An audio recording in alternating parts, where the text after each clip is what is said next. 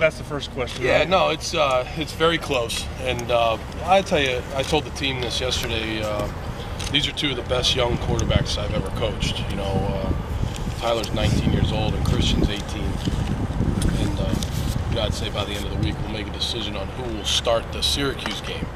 But you know, I would say that both guys will play this year.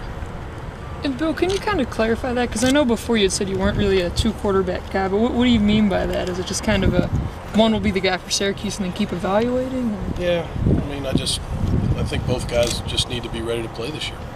That's the clarification. I'm sorry, Bill. Can you kind of compare and contrast them a little bit? Does one guy do one thing better? I don't want to get into that, Mark. You know what I mean? I think, one guy's a little bit taller, one guy's a little bit shorter. One guy. I guess my point is, would one work better against one sort of defense and one another? Is it no, they're both. They both have the ability to throw the ball down the field, to make athletic moves on the perimeter of the defense. They're both athletic. You know, even for their size, you know, both those guys can run, and so we've seen a lot of that. They can throw on the run, so they're more similar than they are different. How's your communication been like with them? Have they responded to all the coaching well? Yeah, I've never had more fun coaching quarterbacks than I've had coaching these two guys. I mean, they're bright guys. They work at it. They compete in practice. They've got good demeanors. They've got good huddle command. So I've had a lot of fun coaching both those guys. What's the relaxed situation? Yeah, no, he's doing well. He's ready to go. He took the red jersey off, I think it was last week. I mean, he had the red jersey on and he was hitting guys and DBs. They were like, Coach, he has a red jersey on, so shouldn't he have that off? He's going to hit us. So we decided to take it off, and he's done well. What did Bill help do to show you that he can be in the mix? Yeah, no, he's had a really good camp. He's had a good camp. I just want him to keep it going. He's going to play a lot of football for us this year. He's worked hard. He's quicker. He's running the ball more decisively than he did last year, and he can catch the ball on the backfield. So he's had a good camp. Did you have to have a heart-to-heart with him after last Well, year? I've had a few heart-to-hearts with Billy. You know, I really think a lot of Billy, and I think Billy has a bright future. I think he's a good kid. And, yeah, I've had a few discussions. Players said they've watched a little bit of Syracuse tape. Where are you guys at right now as far as game planning? We'll start working on Syracuse here today. That's why you guys have to leave after this, and then we'll continue to work on Syracuse through the weekend. We'll practice Saturday, and then we'll give them Sunday off. And as a staff, obviously we've done a lot of work on Syracuse. They're a very good football team, and so we already have an idea of what we want to do. There's some new coaches on that staff, so it's going to be a game of adjustments. You know, it's the first game. A lot of unexpected things are going to happen, and we have to be ready to adjust. So, but we'll begin working on them. We already have been working on them. We don't know who their quarterback is yet either. You find that a little ironic in this situation? No, I think to be honest with you, I'll be real honest with you. I know you guys, everybody does a great job, but I think people put too much stock into that. The naming of a quarterback, especially when there's some good ones in the programs. That each program has good quarterbacks, and there's other positions that are very, very important too. There's competition going on at a lot of positions here at Penn State. I'm sure the same can be said at Syracuse, and there will be 11 guys that start the game against Syracuse, but hopefully a lot of guys play. A lot of guys play in that game. We've got a fairly young team at certain positions, so we'd like to get a lot of guys playing time. Where are you guys injury-wise, Bill? I see some guys out there in red jerseys. Yeah. That's Ben Klein. So Ben Klein, he's got the shoulder deal. We're just trying to limit his contact on a day-to-day basis. Yeah. Amos. And then Amos, he's just got dinged up with a hamstring and then ankle. He's fine. We're just trying to limit the contact there. Any other key guys who are kind of Wilkerson's out. He'll be out for a while. He had back surgery. It went well. Brad Barrs obviously is out, and then just the normal bumps and bruises. Nothing too major right now. Robinson's okay? Robinson's fine. Robinson, he's had early in camp. All these guys have hamstring issues, and he's one of our best players. So we've just tried to do a good job of managing. Bill, you said you won a name last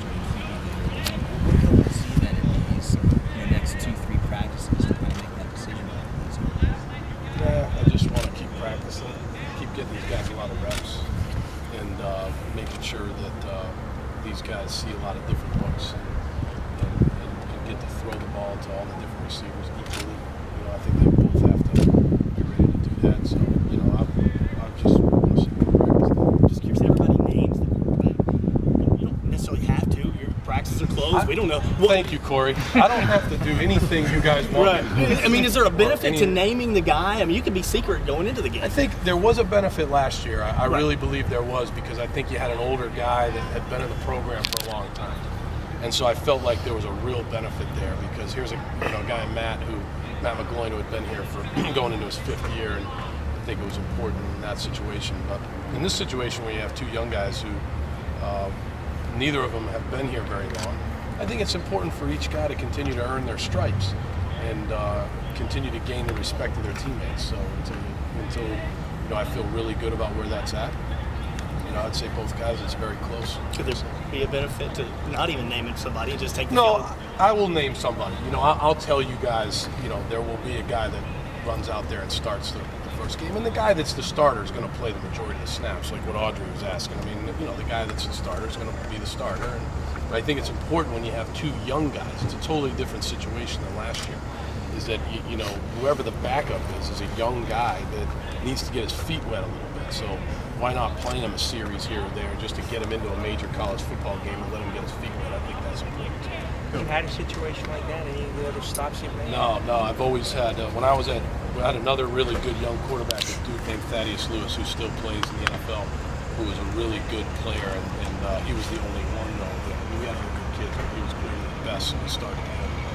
And then, obviously, at Georgia Tech, I had George Godsey, who was a 2-year starter there, threw for 6,000 yards. He was clearly the #1 guy there, and obviously, Tom Brady, and then last year McGloin. So, no, this is the first situation, and it's a really good situation for our football team. Coach, between going from Syracuse changing coaches, how does that change your prep? Because it's an opener and you don't have any film on very much film to go off, right? Yeah, well, the head coach was there. He was on the staff, so we can watch. He was the defensive coordinator, so we can watch a lot of what they did there, and then we look at some things from maybe where some certain staff members came from, things like that. But you're right. I mean, you can't really totally pinpoint and put all your eggs in one basket.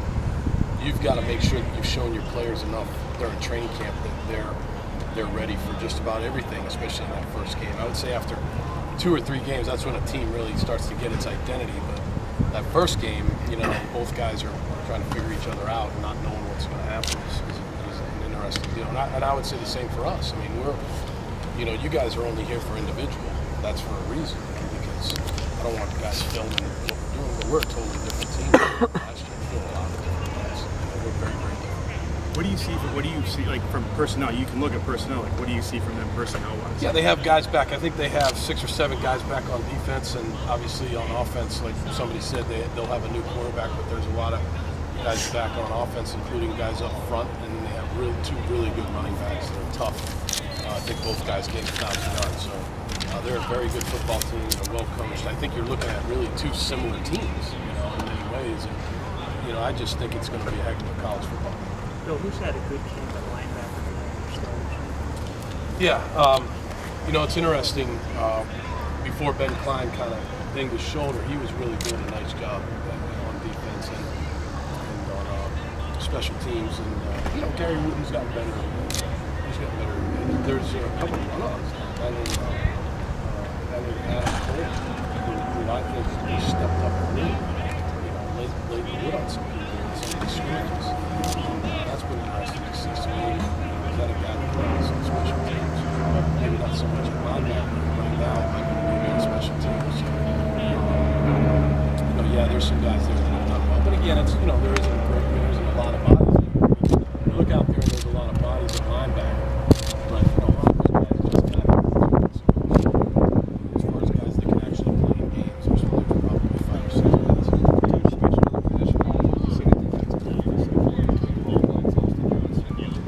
That's been I think you have a very talented group of guys there. You have Boblitz, who's really played well this training camp.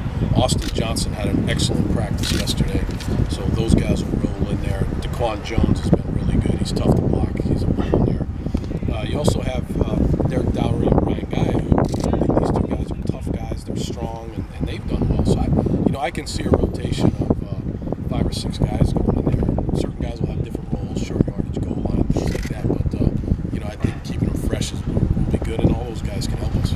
You were without Adam Gress last week. Have you gotten him back yet? Oh, that's the other one. Yeah, Gress. Yeah, he'll be fine.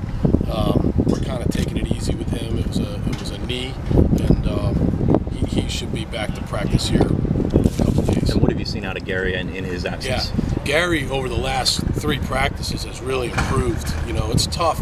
When you move from tight end to tackle, that's not the easiest move. People think that that's pretty easy to do, but tight end's a little bit different now. You're releasing into passes a lot there, and so when you move from there to tackle, it's like going from catching passes all the time to about 1,000 car crashes during practice. That's what it is at tackle. So he's really improved over the last 3 or 4 practices, and he's going to play a lot of football for us, and he'll help us a lot. Do you have a starter there, or is that to be determined? You'd have to say right now that Gress would be the starter, but I think that Gary's shown enough that we would feel comfortable putting him in there and playing him. And then you got Smith, Donovan, Smitty on the left side. They'll play at left tackle.